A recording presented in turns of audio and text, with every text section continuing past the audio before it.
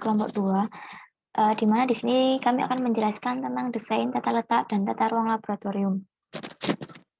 Teman-teman, perkenalkan, nama saya Nova Octavia Saputri dengan NIM 207190103. Di sini saya akan menjelaskan tentang desain laboratorium. Sebelumnya saya akan menjelaskan tentang pengertian manajemen laboratorium. Manajemen laboratorium adalah suatu proses pendayagunaan atau pengelolaan laboratorium secara efektif dan efisien untuk mencapai suatu sasaran yang diharapkan secara optimal dengan memperhatikan keberlanjutan fungsi sumber daya. Di dalam manajemen laboratorium terdapat desain laboratorium, tata letak laboratorium, dan tata ruang laboratorium. Desain laboratorium. Laboratorium memiliki standarisasi desain, yaitu yang pertama ukuran laboratorium. Ruang laboratorium sebaiknya berbentuk persegi 4 atau mendekati dengan ukuran tertentu. Standar yang berlaku di Inggris menyebutkan bahwa setiap siswa membutuhkan luas sekitar 3 meter persegi. Oleh karena itu, ukuran standar laboratorium yang digunakan untuk 30 siswa seluas 90 meter persegi dengan perbandingan panjang dan lebar, yaitu antara 1:0,8 dan 1:1,1. Ruangan laboratorium itu disarankan ketika mendesain tidak memiliki pilar di tengah. Hal ini dikarenakan agar tidak mengganggu pandangan guru ketika melakukan praktikum. Yang kedua yaitu di dalam laboratorium harus ada ruang persiapan, di mana ruang persiapan ini nanti digunakan untuk menyiapkan kegiatan praktikum, kemudian memperbaiki alat, kemudian untuk menyimpan alat dan bahan. Ketentuan ruang laboratorium IPA menurut Peraturan Menteri Pendidikan Nasional Nomor 24 Tahun 2007 yaitu minimum ruang laboratorium IPA 2,4 meter persegi per peserta didik. Maka rombongan belajar kurang dari 20 orang, luas minimum ruang laboratorium yaitu 48 meter persegi. Kemudian bentuk lokasi laboratorium. Lokasi laboratorium sangat disarankan untuk saling berdekatan antara satu dengan yang lainnya. Hal ini dikarenakan agar mudah dalam pengadministrasian dan pengelolaan. Kemudian bentuk laboratorium sebaiknya berbentuk bujur sangkar, di mana bujur sangkar ini nanti memungkinkan jarak antara guru dan siswa jadi lebih dekat sehingga memudahkan kontak antara guru dan siswa. Yang ketiga yaitu pintu masuk. Laboratorium disarankan untuk memiliki 2 pintu masuk, di mana salah satunya nanti digunakan sebagai pintu darurat. Dan salah satu pintu ini nanti harus memiliki 2 pintu, di mana ini digunakan untuk mengeluarkan alat atau peralatan laboratorium yang berukuran besar. Jadi memudahkan pemindahan alat. Yang keempat yaitu ventilasi. Laboratorium harus didesain dengan sangat nyaman agar aktivitas di dalam laboratorium tetap kondusif. Yaitu di mana harus ada ventilasi udara agar udara di laboratorium tidak terlalu pengap.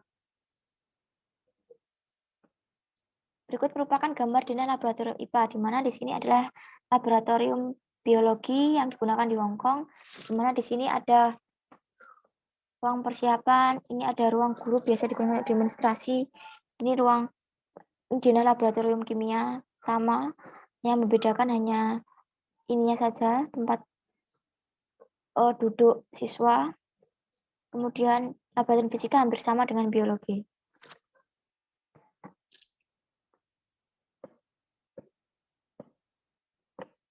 Selanjutnya yaitu macam-macam ruang laboratorium. Jadi laboratorium itu harus disesuaikan dengan ruang-ruangan. Yaitu yang pertama ada ruang praktikum. Ruang praktikum ini nanti yaitu ruang tempat berlangsungnya proses pembelajaran di laboratorium. Di mana di dalam ruang praktikum ini nanti harus ada fasilitas-fasilitasnya. Di antaranya yaitu instalasi listrik, instalasi air, instalasi gas, dan instalasi limbah. Kemudian di dalam ruang praktikum ini juga harus ada fasilitas mebeler seperti meja, kursi untuk demonstrasi, meja untuk demonstrasi, loker penitipan tas, buku siswa, dan lemari penyimpanan alat-alat praktikum.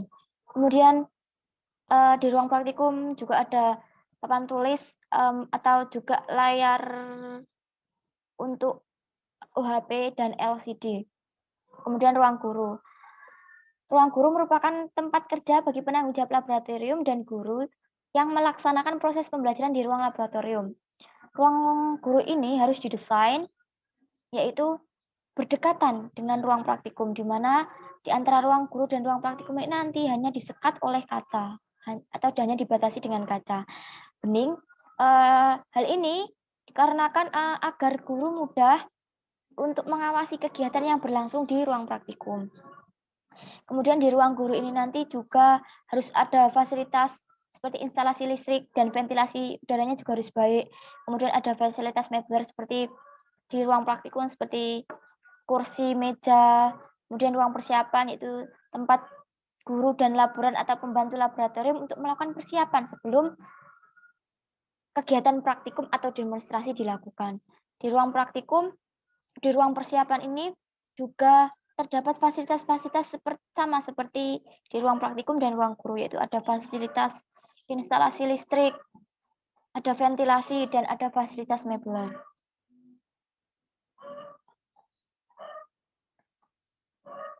Ruang praktikum ini terletak di antara ruang praktikum, ruang guru, dan ruang guru. Jadi ruang persiapan ini berada di antara ruang praktikum dan ruang guru. Kemudian ada ruang penyimpanan, yaitu tempat untuk penyimpanan alat dan bahan.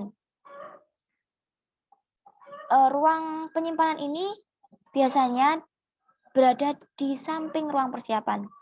Kemudian di ruang penyimpanan ini juga harus ada fasilitas seperti instalasi air, instalasi listrik, kemudian ventilasi, dan harus ada fasilitas mebel. Sama seperti dengan yang ini. Dan satu lagi sebenarnya ada ruang gelap, di mana ruang gelap itu nanti digunakan untuk tempat fotografi atau tempat memfoto. Tetapi di sini kami tidak menjelaskan, hanya jelaskan seperti ini. Selanjutnya, bagian tata ruang laboratorium akan dijelaskan oleh rekan saya. Assalamualaikum warahmatullahi wabarakatuh. Perkenalkan, nama saya Alvina Rahma Widianti. Di sini saya akan menjelaskan tentang tata letak laboratorium. Tata letak laboratorium. Standarisasi tata letak. Pembangunan suatu laboratorium tidak dipercayakan begitu saja kepada seorang arsitektur bangunan. Bangunan laboratorium tidak sama dengan bangunan kelas. Banyak faktor yang harus dipertimbangkan sebelum membangun laboratorium. Faktor-faktor tersebut antara lain lokasi bangunan laboratorium dan ukuran-ukuran ruang. Laboratorium MIPA yang ideal terdiri atas 4x4 lokal sama dengan 16 lokal laboratorium. Jadi untuk matematika ada laboratorium dasar, pengembangan, metodologi pengajaran, dan laboratorium penelitian matematika. Untuk biologi, fisika, dan kimia membutuhkan 4x3 lokal, 12 lokal laboratorium untuk keperluan yang sama. Letak ideal laboratorium MIPA ada di tengah-tengah kompleks sekolah dengan bentuk huruf O. Di bagian timur lokasi laboratorium matematika yang terdiri dari laboratorium dasar matematika, laboratorium pengembangan matematika, laboratorium metodologi pengajaran matematika, dan laboratorium penelitian matematika.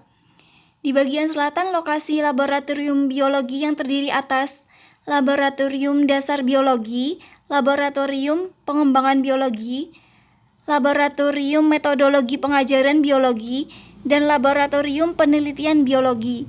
Di bagian barat lokasi laboratorium fisika yang terdiri atas laboratorium dasar fisika, laboratorium 25 pengembangan fisika, laboratorium metodologi pengajaran fisika, dan laboratorium penelitian fisika. Di sebelah utara lokasi laboratorium kimia yang terdiri atas laboratorium dasar kimia, laboratorium pengembangan kimia, laboratorium metodologi pengajaran kimia, dan laboratorium penelitian kimia.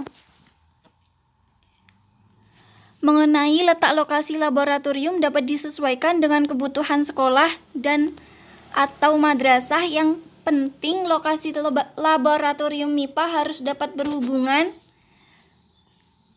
langsung dengan ruang kelas atau ruang pimpinan sekolah atau madrasah. Sudah tentu dalam tiap-tiap laboratorium lokalnya terdiri atas ruang persiapan, ruang kegiatan, ruang penyimpanan alat dan bahan percobaan, serta ruang kamar mandi dan WC. Setiap lokal juga dilengkapi dengan tempat cuci tangan atau wastafel, tempat cuci perangkat percobaan, alat lengkap percobaan, papan tulis, meja, dan kursi praktikum, serta instalasi listrik yang memadai. Pada saat ini, setiap lokal laboratorium juga harus dilengkapi dengan laptop atau komputer lengkap dengan printnya, LCD, dan layar gantung. Jangan lupa setiap laboratorium juga dilengkapi dengan sistem pendingin ruangan, misalnya AC atau kipas angin. Uraian tersebut mengisyaratkan kepada sekolah bahwa membangun laboratorium MIPA itu diperlukan dana dan biaya yang mahal. Karena harga pembangunan lokal laboratorium memerlukan dana yang tidak sedikit, serta peralatan percobaan aksesorisnya juga mahal harganya. Persyaratan lokasi pembangunan laboratorium antara lain tidak terletak pada arah angin yang menunjukkan bangunan lain atau pemukiman. Hal ini dimaksudkan untuk menghindari penyebaran gas-gas berbahaya. Bangunan laboratorium tidak berdekatan atau dibangun pada lokasi sumber air. Bangunan laboratorium jangan terlalu dekat dengan bangunan lainnya. Lokasi laboratorium harus mudah dijangkau untuk pengontrolan dan memudahkan tindakan lainnya. Misalnya, apabila terjadi kebakaran, mobil kebakaran harus dapat menjangkau bangunan laboratorium. Selain persyaratan lokasi, perlu diperhatikan pula tata letak ruangan. Ruangan laboratorium untuk pembelajaran sains umumnya terdiri dari ruang utama dan ruang-ruang pelengkap. Ruang utama adalah ruangan tempat para siswa atau mahasiswa melakukan praktikum. Ruang pelengkap umumnya terdiri dari ruang persiapan dan ruang penyimpanan. Ruang persiapan digunakan untuk menyiapkan alat-alat dan bahan-bahan yang akan dipakai praktikum atau percobaan baik untuk siswa maupun untuk guru. Ruang penyimpanan atau gudang terutama digunakan untuk menyimpan bahan-bahan persediaan termasuk bahan kimia dan alat-alat penggunaannya yang tidak setiap saat digunakan atau jarang digunakan. Selain ruangan-ruangan tersebut, mungkin juga sebuah laboratorium memiliki ruang gelap atau dark room, ruangan spesimen, ruangan khusus untuk menyimpan bahan-bahan kimia, dan ruang administrasi atau staf. Hal ini didasarkan atas pertimbangan keamanan sebagai peralatan laboratorium dan kenyamanan para pengguna laboratorium.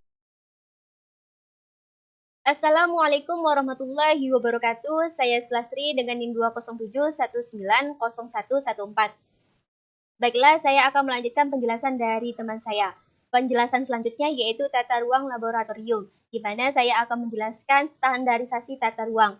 Standarisasi tata ruang terbagi menjadi dua, yaitu ada desain dan kelengkapan ruang, serta prasyarat dan utilitas ruang. Untuk desain dan kelengkapan ruang terbagi menjadi dua, yaitu ruang utama dan ruang pelengkap. Kenapa harus ada tata ruang laboratorium? Karena ruang laboratorium harus ditata sedemikian rupa agar berfungsi dengan baik. Tata ruang yang sempurna harus dimulai sejak pada perencanaan gedung hingga pada pelaksanaan pembangunan. Tata ruang yang baik harus mempunyai beberapa bagian ruang serta perlengkapan. Di antaranya pintu masuk, pintu keluar, pintu darurat. Kenapa harus ada pintu masuk dan pintu keluar? Agar ketika pergantian jam tidak saling bertabrakan. Contohnya ketika IPA C telah habis jam pelajarannya dan akan diganti oleh IPA D, maka IPA C akan keluar melalui pintu keluar dan IPA D akan masuk melalui pintu masuk. Dan untuk pintu darurat digunakan untuk ketika sewaktu-waktu ada atau terjadi bahaya pada saat pelaksanaan praktikum. Selanjutnya ada ruang persiapan. Di mana ruang persiapan itu? Nah, ruang persiapan itu di samping gedung. Samping gedung. Di sini ada ruang persiapan. Dan selanjutnya ada ruang penyimpanan yang digunakan untuk menyimpan alat serta bahan yang digunakan pada saat praktikum. Itu ada juga ruang staf, ruang teknis. Ruang staf dan ruang teknis. Di sini ruang teknis pada saat melakukan praktikum. Dan kemudian ada beberapa lemari yang digunakan untuk menyimpan seperti menyimpan gelas dan menyimpan alat-alat optik, di mana pintu jendela diberi kawat kaca agar serangga dan burung tidak dapat masuk. Dan untuk yang terakhir ada juga ruang ber-AC yang digunakan khusus untuk alat-alat yang memerlukan persyaratan tertentu. Nah, dari yang saya sebutkan tadi, kita masuk pada poin yang pertama, yaitu standarisasi tata ruang. Poin yang pertamanya ada prasyarat dan utilitas ruang. Di mana di dalam pelaksanaan dana alokasi khusus pada sekolah menengah atas menyatakan bahwa ada beberapa poin yang harus ada. Yang pertama yaitu lab atau laboratorium yang dilengkapi dengan 2 pintu. Ini tadi ya. Yang dilengkapi 2 pintu. Ada pintu depan dan pintu belakang yang membuka keluar. Nah, pada saat praktikum akan dimulai, maka pintunya harus dibuka terlebih dahulu. Nah, ketika ada perintah dari pendidik atau dosen untuk penutupan pintu, itu juga bisa ya. Jadi pintu bisa ditutup. Nah, untuk yang poin kedua, pada ruang praktikum, buka ventilasi cahaya minimal 9,6 meter kuadrat dan buka ventilasi udara minimal 4,8 meter kuadrat. Gunanya apa? Agar udara dari luar masuk ke dalam ruangan. Tidak terlalu gelap ya, agar tidak terlalu gelap. Untuk udaranya, jika ada AC, ventilasi udaranya tidak apa-apa jika tidak dibuka. Untuk poin ketiga, harus ada jumlah titik lampu minimal 6 di ruang praktikum. Di sini di ruang praktikum harus ada minimal 6 lampu. Dan masing-masing di ruang persiapan, ruang gelap serta untuk ruang gelap dan ruang persiapan harus memakai lampu TL atau lampu panjang. Minimal wattnya yaitu 20 watt. Untuk poin keempat yaitu ada stop kontak. Harus ada 10 stop kontak. Nah, ini stop kontak listrik saya beri di sini gambarnya nolnya, ada 10 stop kontak. 1, 2, 3, 4, 5, 6, 7, 8, 9, 10, 11, 12. Jika ruangnya besar lebih dari 10 tidak masalah. Ini karena khusus untuk panduan pada pelaksanaan dana alokasi khusus harus ada 10. Nah, poin selanjutnya ada meja kerja tersedia 6 unit. Jika ruangnya besar tidak masalah ya, lebih dari 6. Tapi kalau diikuti panduan pelaksanaan dana alokasi khusus itu harus ada 6. Ini seperti ini ya, harus ada 6. Untuk meja kerja, masing-masing dilengkapi kursi sebanyak 6. Ini 1, 2, 3, 4, 5, 6, dan seterusnya. Masing-masing meja harus dilengkapi, harus ada 6 kursi. Untuk di ruang ini juga ada satu meja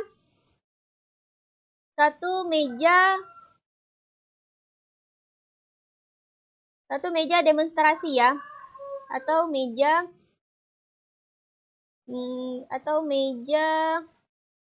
persiapan, satu meja persiapan. Terus meja persiapan, kemudian ada juga meja persiapannya seperti ini.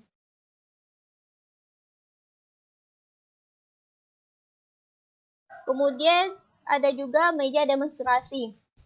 Ini meja demonstrasi. Sedangkan di sini ini meja demonstrasi dan ini papan tulis. Nah, selanjutnya untuk meja demonstrasi ini harus ada kursi serta meja guru di samping meja atau di samping atau di depan meja demonstrasi. atau di belakang juga bisa diberi meja pendidik, guru atau dosen. Itu. Dan untuk yang terakhir yaitu papan tulis. Papan tulis di belakang meja demonstrasi. Ini yang saya sebutkan tadi itu menurut panduan dana alokasi ya. Poin yang kedua ada desain dan kelengkapan ruang, di mana terbagi menjadi dua, yaitu ruang utama dan yang kedua ruang pelengkap. Ruang laboratorium menurut Peraturan Menteri Pendidikan Nasional Republik Indonesia nomor 24 tahun 2007 harus dapat menampung minimal satu rombongan yang terdiri dari 20 orang, di mana luas ruangan laboratorium minimal 2,4 meter kuadrat persegi. Peserta didik di dalam ruangan, seperti itu. Terus penyimpanan dan persiapan. Untuk ruang penyimpanan dan persiapan, untuk ruang persiapan dan penyimpanan harus 18 meter kuadrat. Lebar minimum ruang labor adalah 5 meter kubik. Itu dinyatakan oleh seseorang yang bernama Kancono. Kancono maksud saya. Tidak hanya itu, Kancono juga menyatakan bahwa luas ruangan laboratorium bervariasi sesuai dengan macam dan jenisnya, yaitu umumnya laboratorium terdiri dari ruang utama dan ruang pelengkap. Untuk ruang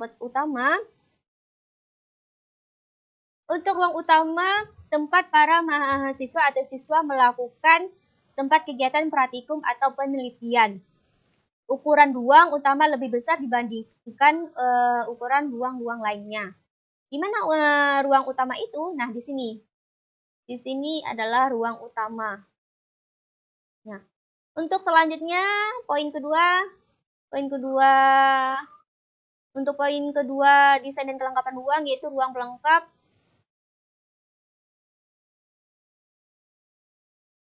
Yang pertama ada ukuran dan lokasi.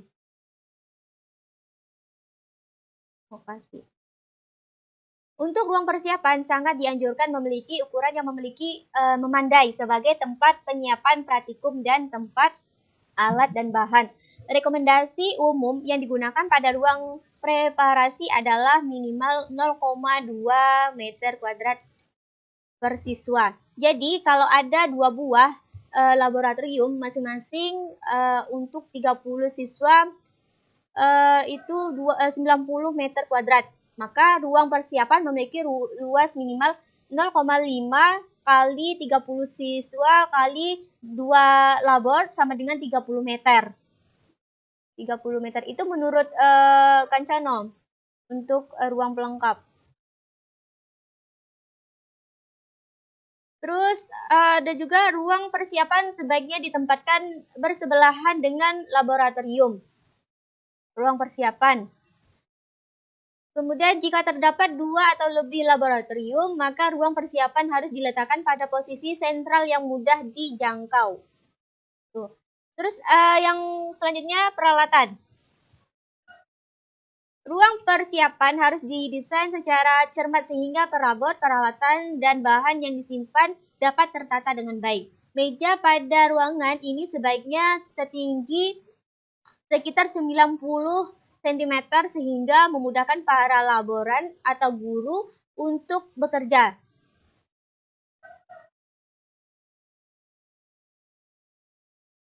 Selanjutnya ruang penyimpanan. Untuk ruang penyimpanan atau gudang, ini ruang penyimpanan atau gudang digunakan untuk menyimpan bahan-bahan kimia dan alat-alat laboratorium. Penyimpanan alat-alat laboratorium dari dalam gudang tidak boleh disatukan dengan bahan kimia.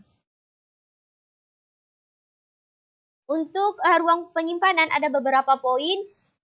Yang pertama, ruang penyimpanan terdapat di dalam laboratorium di sebelah dalam gudang persiapan. Nih, di ruang persiapan di sini gudang. Kemudian poin B, Demi keamanan dan kemudahan penyimpanan dan pengambilan alat-alat, ruang penyimpanan atau gudang biasanya hanya memiliki satu pintu masuk dan keluar melalui pintu persiapan. Ini pintunya. Kemudian poin C, ruang penyimpanan atau gudang harus memiliki instalasi listrik dan ventilasi udara yang baik. Yang selanjutnya atau yang D, memiliki fasilitas melabeler seperti macam-macam lemari dan alat-alat bahan-bahan serta macam-macam rak untuk alat-alat. Kalau di sini ya. Kalau ini contohnya. Ini yang untuk beberapa rak serta lemari yang digunakan untuk menyimpan alat-alat. Untuk ruang staf dan guru digunakan untuk pengelolaan laboratorium, di mana ruang guru terdapat di dalam laboratorium dengan satu pintu dan keluar yang sama melalui ruang praktikum. Jadi, kemudian yang B, ruang guru dan ruang praktikum bersebelahan. Ruang guru dan ruang praktikum bersebelahan. Jadi seperti ini, ruang praktikum dan ruang guru bersebelahan. Selanjutnya, ruang guru dan ruang praktikum sebaiknya disekat dengan dinding berkaca bening sehingga dalam ruangan ini guru dapat mengawasi kegiatan yang terjadi di dalam praktikum. Poin selanjutnya, ruang guru memiliki instalasi listrik dan ventilasi udara yang baik. Jika ada AC, itu lebih baik. Jadi udara dari luar tidak masuk. Untuk selanjutnya, ada memiliki fasilitas melabeler seperti yang pertama kursi dan meja tulis untuk satu orang guru atau lebih. Jadi kalau lebih ya masing-masing guru harus memiliki satu meja dan satu kursi. Untuk selanjutnya memiliki lemari atau rak buku untuk penyimpanan buku-buku atau alat-alat guru. Itu. Selanjutnya memiliki lemari untuk keperluan administrasi. Selanjutnya, loker atau rak untuk penyimpanan pekerjaan tulis siswa yang akan diperiksa oleh guru.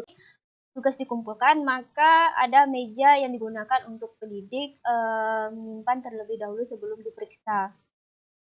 Jika jam pelajaran tidak memungkinkan untuk diperiksa saat itu juga. Nah, yang selanjutnya dalam ruangan guru dapat dilaksanakan pekerjaan administrasi laboratorium seperti inventarisasi alat-alat laboratorium dan administrasi penggunaan alat-alat laboratorium. Untuk tambahan, ada ruang khusus, di mana ruang khusus ini bisa berupa ruang gelap. Seperti ini.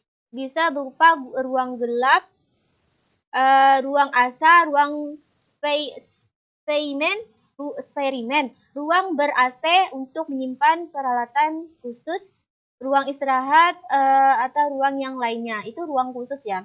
Jika tidak ada, tidak masalah. Tapi jika lokasinya lebar, luas, bisa ditambah ruang khusus. Setiap laboratorium harus mempunyai informasi tercatat tentang jumlah ruangan yang dimiliki, ukuran setiap ruangan, dan kapasitasnya. Selain itu, juga harus memiliki tata ruang yang menggambarkan keadaan ruangan tersebut. Harus memiliki itu semua. Sekali lagi, dapat diperhatikan bahwa pada kenyataannya di lapangan, jumlah, ukuran, bentuk, kualitas, dan lokasi setiap ruangan laboratorium dapat saja berbeda antara satu sekolah dengan sekolah lainnya. Tergantung pada keadaan di masing-masing sekolah. Hal itu dapat terjadi misalnya karena laboratorium didirikan dengan memanfaatkan ruangan-ruangan tertentu yang sudah ada di sekolah. Akan tetapi, seandainya laboratorium dibangun baru di tanah kosong, maka perencanaan hendaklah memperhatikan perbandingan yang profesional antara ruang yang satu dengan ruang yang lainnya. Dan ruang antara setiap ruangan yang dibuat hendaknya mudah saling mengakses selama kegiatan laboratorium berlangsung atau selama kegiatan praktikum berlangsung. Itu dijelaskan oleh Sutrisno pada tahun 2010.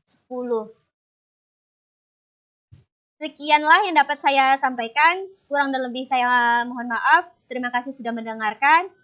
Baik, saya Jawi Nasrullah akan melanjutkan presentasi dari kelompok saya tentang bab macam-macam tata ruang laboratorium.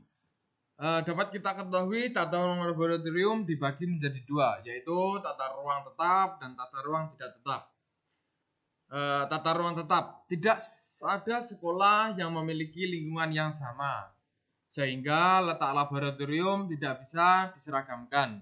Sebaiknya laboratorium diletakkan dengan posisi arah utara atau selatan karena arah sedemikian erat dengan banyaknya sinar matahari yang masuk dan sangat punya ventilasi cahaya alami. Proyek penyediaan laboratorium SMU dan SMP dari Kementerian Pendidikan Nasional memberikan syarat sebagai berikut. Laboratorium tidak terletak di atas tanah pertanian dan tidak terletak di arah angin.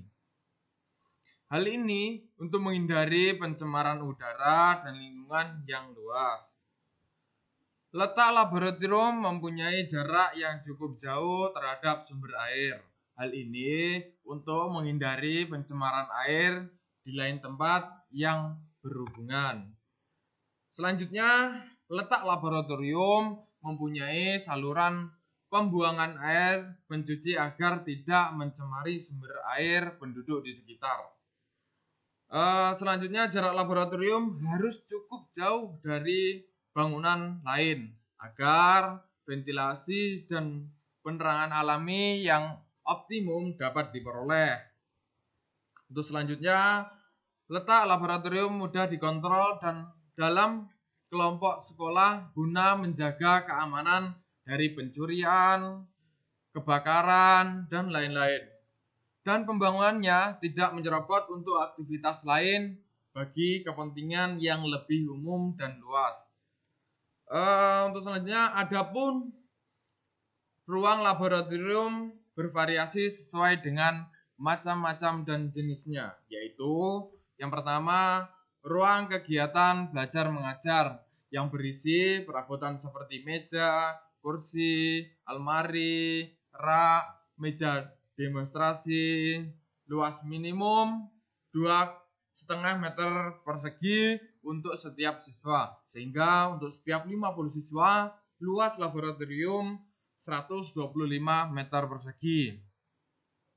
Untuk ruang sedemikian rupa sehingga siswa dapat duduk tidak berdempetan dengan siswa dan siswa paling belakang dapat melihat percobaan yang didemonstrasikan oleh guru. Selanjutnya, ruang persiapan yaitu tempat guru atau pembantu laboratorium melakukan persiapan sebelum kegiatan praktikum atau demonstrasi dilakukan. Luas lantai 20 meter persegi, untuk laboratoriumnya luasnya 100 meter persegi, sehingga tidak mengganggu kegiatan ruang lain. Ruang gudang terdiri dari ruang penyimpanan alat atau perkakas dan ruang penyimpanan enemiejalin atau bahan-bahan kimia. Luas gudang minimum 20 meter persegi. Terpisahkan ruang ini karena sehingga sering menjadi perusakan perkakas oleh terkontaminasinya zat kimia. Untuk selanjutnya, ruang gelap. Kegunaan untuk proses pembuatan foto atau kegiatan yang mensyaratkan bebas cahaya seperti fotografi dan sablon, luas minimum 2,5 meter persegi yang disediakan untuk 2 orang. Untuk selanjutnya, ruang timbang. Ruang ini khusus untuk menyiapkan timbangan agar bebas dari pengaruh dan reaksi zat atau gas kimia korosif. Selain itu, juga untuk menimbang zat yang memerlukan kepekaan tinggi. Yang selanjutnya, ruang kaca. Ruang ini dibuat untuk kaca yang digunakan untuk praktikum biologi. Ruang ini dibuat sehingga dibuat memanjang dengan luas 5 x 15 meter. Ruang ini untuk menyiapkan dan mengamati gerak dan proses hewan dan tumbuhan. Untuk selanjutnya ruang asam. Di dalam ruang asam ini terdapat lemari asam yang berguna untuk menyimpan zat kimia yang bersifat asam atau basa kuat yang mudah menguap. Ruang ini dipakai untuk percobaan reaksi kimia, zat eksplosif dan menghasilkan gas iritan yang kurang mengganggu pernapasan dan kulit. Ruang ini dilengkapi dengan kipas angin, listrik luar. Untuk luas ruang ini adalah 5 meter kali 10 meter. Untuk bab selanjutnya adalah tata ruang tetap. Tatanan dalam ruang ini terdiri dari laboratorium yang mudah dipindah-pindahkan. Penempatan perabotan ini harus mempertimbangkan hal-hal sebagai berikut. Yang pertama, tentang keamanan. Penempatan perabotan harus menghindari penyebab kecelakaan. Yang kedua, dari segi kemudahan. Penempatan perabotan harus sedemikian rupa sehingga mudah didapat jika diperlukan. Yang selanjutnya, keleluasaan. Penempatan perabotan harus memungkinkan guru dan siswa untuk bisa bergerak dalam melakukan percobaan. Yang selanjutnya, keindahan. Penempatan perkakas atau perabotan harus memberikan rasa kenyamanan dan keindahan dan enak dipandang mata. Yang kelima, kefisikaan. Penempatan perabotan atau perkakas atau zat harus memperhitungkan pengaruh cahaya listrik dan panas. Yang selanjutnya, kekinian. Penempatan perabotan, perkakas, dan zat kimia harus mempertimbangkan adanya pengaruh uap atau gas kimia, kelembapan, kontak konsif antara logam dan gas atau zat. Untuk selanjutnya, kebiologian. Penempatan perkakas harus mempertimbangkan kemungkinan hidupnya tumbuhan, jamur, bintang, dan lain-lain.